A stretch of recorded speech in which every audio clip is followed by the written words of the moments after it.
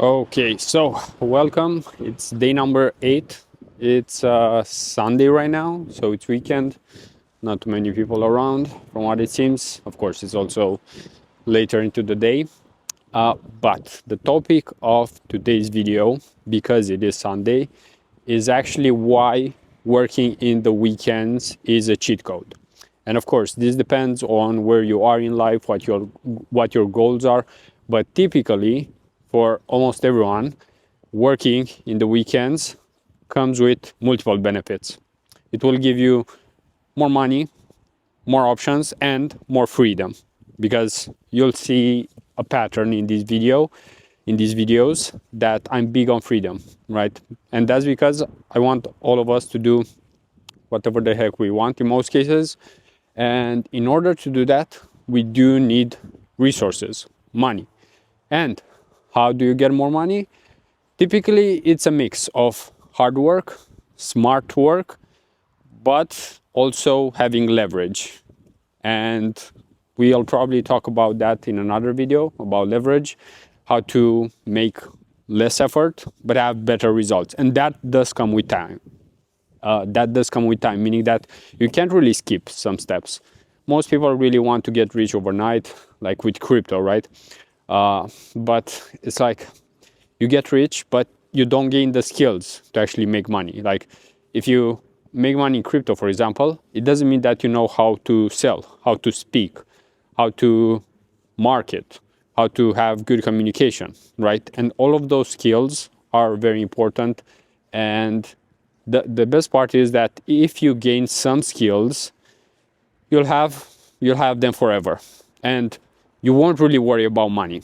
For example, I think right now that I'll have a hard time ever earning less than 100K a year, just because with the current skills, it's almost impossible not to find some type of work, some even jobs or clients that would pay that amount on a yearly basis on average. But let's talk about why I think working in the weekends is a cheat code. And this applies to almost anything. Because during the week, right, from Monday to Friday, usually that's when most of the economy is working. That's when most of us are working. That's when we typically have calls and so on, right? Even though honestly, I do have a call today with the brand owner, but not everyone is like that, right? And I actually prefer it like that, meaning that I don't want to have calls every day, and also on Fridays about actually no, excuse me, on Saturdays and Sundays about work. I don't want to have calls about them, but I do want to think about work and prepare in advance. And as you know, with most things, if you are prepared, things are much easier, right? Because, for example, in a meeting, on a date, on anything that you do, if you prepare, you have more confidence in yourself, in what you'll do. You'll not wing it, because sometimes we do like to wing it, right? For example, in these videos, even though it might seem to some extent that I might be winging it, but at the same time, almost every video is prepared in advance in terms of what's the structure. Meaning that in the beginning I start with why it's important, and also I do want them to have some logic. That's why, for example, I don't really get tactical in these videos right now. They are just the beginning. So in the beginning, you do want to start more high level, right, with the philosophy, with the main topics, and then drill down one by one. And for example, we know that Mondays are busy usually, right? And that's one of the reasons why, if you work in the weekend, or at least think of work, you'll most likely be more effective on Monday, because you won't be in a rush. And let's be honest, neither of us are doing better work when in a rush. There are some times, maybe in MMA, in sports, maybe that's where you want high pressure. But in most other cases, honestly, high pressure is not it, meaning that it won't really help you. So, for example, that's why in most cases, I would say I'm pretty calm. And that's because I'm over preparing most of the times. For example, if I have a call, I always prepare, or let's say I overthink it, first of all, with many hours before sometimes, not as much nowadays as in the past. But second, I do prepare around 10 minutes before the call. I take some notes. I remind myself why that call is important. So when I'm on that call, that other person will actually, let's say, feel both the preparation, because I won't be asking stupid questions. And second, most likely I will bring up something relevant, and they will also have this feeling that I really care, right? Because, I mean, why are you on that call actually if you don't care? You know, like, just don't be on that call. So that's my viewpoint here. But let's take out the viewpoint, right? Let's look at the math. Let's say that you earn 50K a year, right? So 50. And if you take into consideration the weekends, right, it's around 40% more, so 40% more in terms of work that you would be able to do. Of course, quality of work also depends. And personally, I do work better on weekends because, like, no one is pinging me as much, so it's actually easier. But let's think that you're 40% more effective because you're also working on the weekends.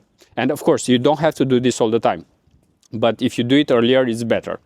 However, let's come back to the math. So 40% more time invested in work, 40% more money. So from 50K, you would get to, let's do the math real quick here, I think it's 20K. So you would be making 70K, 40% more. I think my math is correct here. I'm not the best at math. However, the question is, why would I overwork? Like, is life about just work? Of course it's not. But that's exactly why you should be working more in the beginning, because money and skills compound. Meaning that, for example, if you make 1 million at 20 years old, right? Not many are able to do that. And yeah, it's difficult because you would have to start your journey at maybe 15, because it does take time to gain some skills. And think of it like this: the more money you have earlier, the easier it is to not have to work, or don't have to worry about money, about work, and this actually gives you more freedom overall. So that's why I'm a big proponent of actually overworking and working as hard as possible, especially earlier in your life, so that you can invest more. Because if you invest and then you get a 10% or even more, as we've seen with the American economy, with the S&P 500, then we've also had Bitcoin. And let's be honest, Bitcoin isn't getting cheaper. So this is not investment advice, by the way, but I mean, I've lost one Bitcoin at one point. So basically I do have 100K at this point because I just did some dumb shit and I lost one Bitcoin. So stuff like this happens. And right now I don't have one full Bitcoin anymore. So mistakes happen, you learn, but that's why you're actually more confident in yourself then after that, because you know what not to do anymore. And I already went over the math, so you'll just make more money. And then let's not forget about compounding. Think like this: if you are able to earn more money every year, right, because you're working more and gaining more skills, then think like this. So in the first year, you might be making 50K, and because you've worked in the weekends, you've increased your income, let's say, by around 40%, right? It's a lot of work. Ideally, you don't burn out and anything like that, right? That's why ideally we do work that we enjoy, or that is more, I would say, made for us. Meaning that if you're an introvert and you're trying to sell, that's not the best career, let's be honest. However, if you are able to increase your income by 40% in the first year, then let's say in the second year you don't increase it by 40%, but you increase it by 30% just because you're working so hard. Then you're almost at, let's say, I don't know, 95K, right?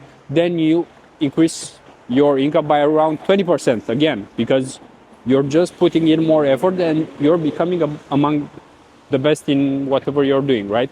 And let's be honest, the the more you grow, the easier it is to actually be one of the best in your industry. And of course, if you are one of the best, you'll make more money. I mean, that's just how capitalism works. You become more popular, your work, your reputation, they all grow, and of course you'll make more money. So this is the case for working during the weekend, not every time. And of course, look at me right now. I'm going out for a walk, which is relaxing, and I'm doing this video, which is also fairly enjoyable, relaxing. So the thing is that we can and we should be working in the weekends, not 8 hours. And of course, for many, it's not really possible, but you can work on, let's say, a skill that can help you at work. You can prepare in advance for the week, and that makes it easier during the week. So there are so many benefits to actually preparing, I would say. You could call it work, I could call it prepare. It doesn't even matter as much, right? It's all about what you actually do. Because words, they don't really mean nothing. I mean, yeah, they do affect our emotions and so on, but at the end of the day, what really matters is the action. So if I would just be talking, right, but I wouldn't be working, if I wouldn't be going home now and edit this video and actually post it and then have the captions and everything, then it would be a waste, right? So there are logical steps to everything. So that was about it for today. I'm not necessarily a proponent of working hard, but I mean, if you are doing something that you enjoy to some extent, then you should be doing something that you enjoy. Then it shouldn't really feel as work. So yeah, keep that in mind, and we'll see each other in the next video from day 9.